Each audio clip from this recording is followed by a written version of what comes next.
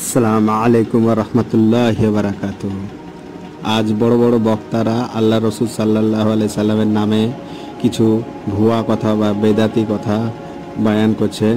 আজকে এই কথা নিয়ে আলোচনা করলেন শেখ মতিউর রহমান মাদানী হাফেজাউল্লাহ, যে মিষ্টান্ন জিনিসের জন্য যে হাদিসটি বয়ান করে বড় বড় বক্তারা, সে নিয়ে আলোচনা করলেন।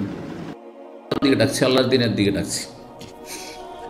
বলছেন আমরা একটি দাওয়াতে ছিলাম, মানে খাবারের দাওয়াত ছিল, কিন্তু এটি খাবারের দাওয়াত ছিল। ফারুফিয়াত ইলাইহি জিরাউ, নবী সাল্লাল্লাহু আলাইহি ওয়াসাল্লামের সামনে একটি পায়া, একটি রান। কারণ আরবরা তো আমাদের মতো ছোট ছোট পিস করেন, এগুলো টুকরো টুকরো, পুরো একটা করে রান, হ্যাঁ, একটা পা গোটাই আছে।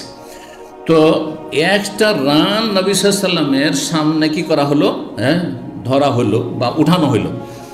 ওয়াকানা তুজেবহু, নবী সাল্লাল্লাহু আলাইহি ওয়াসাল্লাম কিন্তু খুব রান পছন্দ করতেন, রানের গোস্ত খুব বেশি পছন্দ করতেন, রানের গোস্ত পছন্দ করতেন বেশি। ফান্নাহাসা মিনহা, আবার এখান থেকে বলি যে নবী সাল্লাল্লাহু আলাইহি ওয়াসাল্লামের সুন্নত হচ্ছে রান খাওয়া।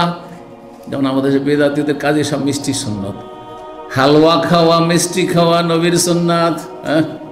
আর তারপরে একটা কেসা গড়ে নিয়েছে, এক লোক তার ছেলে খুবই মিষ্টি খায়, চিনি খায়। ওই যুগে চিনি ছিল। আমাদের দেশের ওয়াইজ বক্তা জাহিলগুলো বক্তব্য করে যে খুব চিনি খেত বাচ্চাটা। বাচ্চারা কি খেত?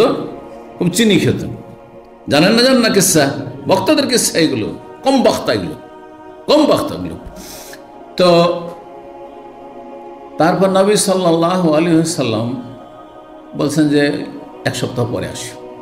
ফিরিয়ে পড়ে কিচ্ছু বললেন না, বলছে এক সপ্তাহ, আমার ছেলেটাকে একটু নসিহত করেন, তো খুব চিনি খাচ্ছে। তো নবী এক সপ্তাহ পরে আসি। এক সপ্তাহ পরে যখন নিয়ে গেছে ছেলেটাকে, ওই হিসাবে, মানে যে হিসাবে ডেকেছেন নবী সাহেব, বলছে বাবা চিনি খেতে নেই, তুমি চিনি খেয়েও না।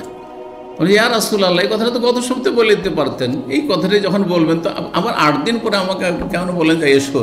বলছে আসলে আমার চিনি খাওয়ার খুব নেশা ছিল, অভ্যাস ছিল, তো ভাবলাম আমি আগে ছাড়ি আর তারপর তোমার ছেলেকে বলবো। কত বড় বেয়াদবি নবী সাল্লাল্লাহু আলাইহি ওয়াসাল্লামের সাথে, চিন্তা করুন তো। আমিও যদি মনে করি আলহামদুলিল্লাহ যে এক্ষুনি একটা কিছু ছাড়বো, অসুবিধা আছে? এমনকি ভাত খুব প্রিয়, ভাত না খেলে তো বাঙালি হইতে পারবো না, ঠিক না?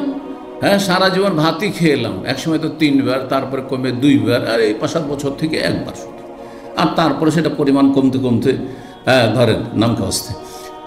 তারপরে যদি বললেন যে ভাত ছাড়, এক্ষুনি ভাত ছাড়তাম, আলহামদুলিল্লাহ ছেড়ে দিলাম, অসুবিধা কি? বৃহৎ স্বার্থে ছেড়ে দিলাম, যদি কোনো বৃহৎ স্বার্থ থাকে। বুঝছেন না?